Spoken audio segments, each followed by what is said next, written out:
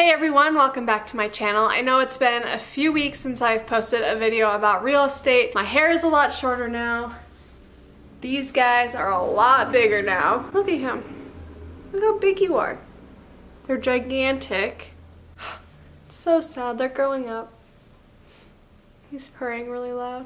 Today's video, I'm going to touch base again on the buyer's side, and we're going to talk about a home inspection. In one of the vocab videos, I mentioned the difference between a home inspection and an appraisal. I'll quickly just run over that in this video. So if you are ready to learn a little bit more about a home inspection, then just keep on watching.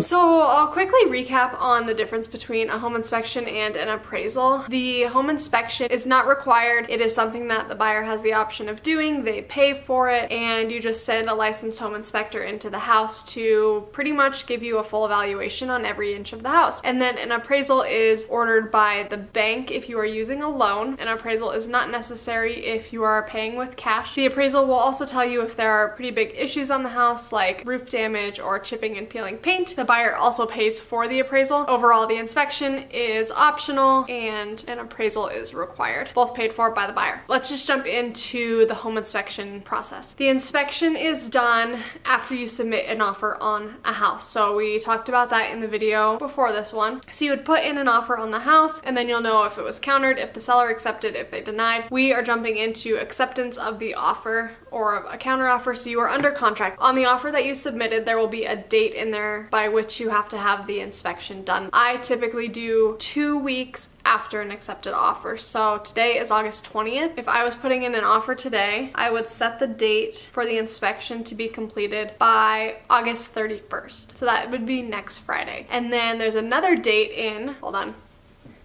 Look how big Ellie is.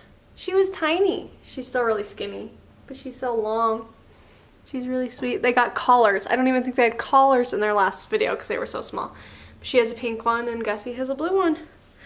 And then there's another date in the offer that you would put for basically how many days you have to negotiate the results of the inspection with the seller. And I always add an additional 5 days to figure out the bids on things, discuss with the other people involved what they want to do, if they're willing to. I think I'm jumping ahead here, so I'm just going to finish the sentence and then rewind. But typically another 5 days, so September 7th is what it would fall on. You put in an offer on the house. Today is August 20th. It's accepted. By August 29th, you need to have an inspector at the house. If you don't know of any home inspectors, your real estate agent should. They will set up the appointment. They will get a hold of the inspector, set up a date and a time, and they will make sure they have access to the house. The buyers can go with the inspector on the home inspection. Typically, what I have seen is about the last 45 minutes of the inspection, the buyers will come in and the inspector will recap all that he or she has discovered with the house. That way the buyers aren't just looking over the report that the inspector sends over in a day or two with a lot of questions. It's all going to be answered if they meet the inspector in person the same day. The buyers don't have to go to the inspection, so just because you're unable to make it to that doesn't mean you won't get your questions answered. So then after you see the report, again, a day or two roughly later, usually it's sent over to the agent, myself, and the buyers. It will not be sent to the listing agent or like the sellers. None of them will see the report. So then the buyer and the agent, so let's just say me and you, would review the report and see what we would need fixed, mainly for financing issues. I do not suggest that my buyers ask for everything to be fixed, so I'm just gonna come up with some examples that I've seen. A damaged roof, the shingles are kind of falling off. Chipping and peeling paint, and let's just say that the ice dispenser on the refrigerator didn't work. So they literally check everything on the house. So what I would say with my clients then is if it's going to affect getting the loan from the bank, to ask for it to be fixed, because more than likely it will still come up on the appraisal, but it's a good idea to ask for it to be fixed then. And other agents may disagree, but I'm just sharing what I've been through and what I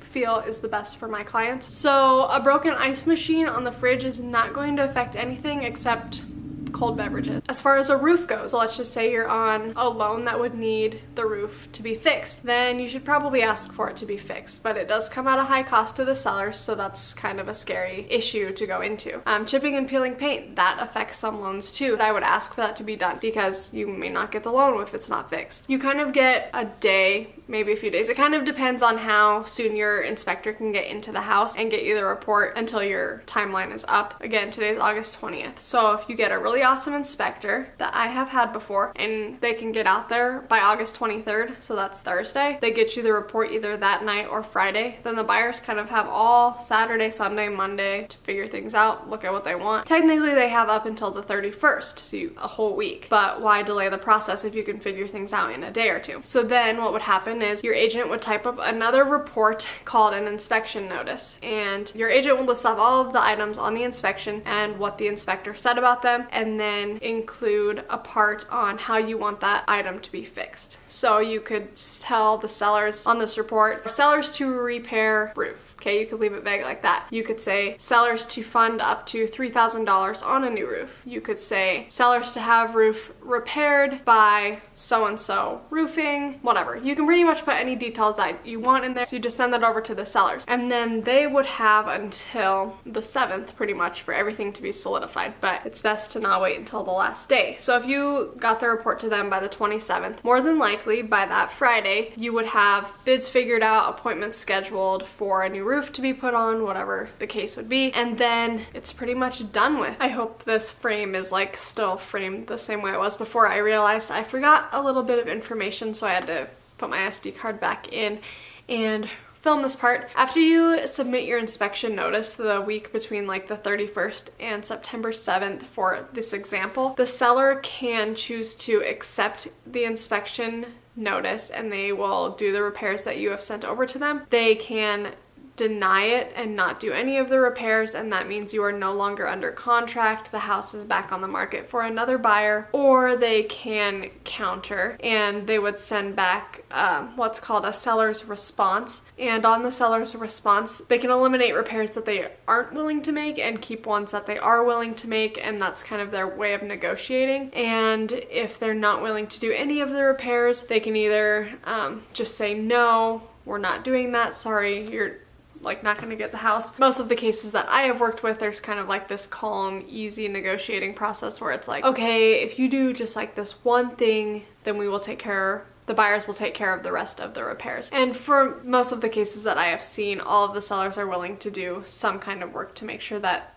they get to sell their house. I think I went out of focus, and that the buyers get to buy it. So yeah, in between that period, those 5 days, whatever, is called the seller's response. Most of the times those repairs do need to be made before the appraisal will be done. So the whole inspection process and repairs and whatnot could take between the first 2 to 3 weeks, could be up to 2 to 4 weeks, but typically 2 to 3 weeks of the transaction. And then once that is all done, we can move on to the appraisal, which we will get to. And then the bill for the inspection can either be paid at the time the inspector is at the house, and if you're meeting them, you can write them a check right then, or the invoice would be sent to you, to me, and then I can submit it to the title company for it to be paid at closing. If you do not meet the home inspection dates, so if I did not get my buyers their inspection done and the notice sent over to the sellers by the date specified, so August 31st, then the buyers are not able to walk away from the house because of that inspection report. So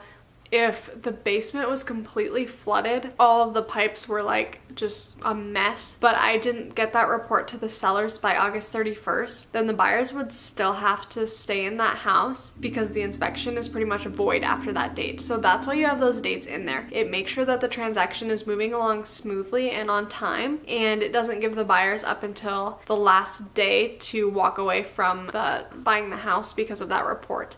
And that's something to note as a seller. Just make sure that the buyer's agent and the buyers are sticking with the timeline. And for the seller, that's something that your agent will also be following up on. There will be communication between your agent and the buyer's agent and making sure that all of the dates and inspections and whatever are being handled accordingly. That is the consequence of not getting that inspection done in time. I think I've pretty much covered everything on the home inspection. But if you like this video, you should give it a thumbs up. I'm sorry it's been quite a few weeks since I've posted last. This is the inspection process. If you like this video, you really should subscribe to my channel and give this video a thumbs up.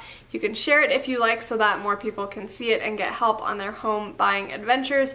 And again, if you have any questions, go ahead and drop them in the comments or send me an email or a text or anything. I will respond. Thanks guys for watching.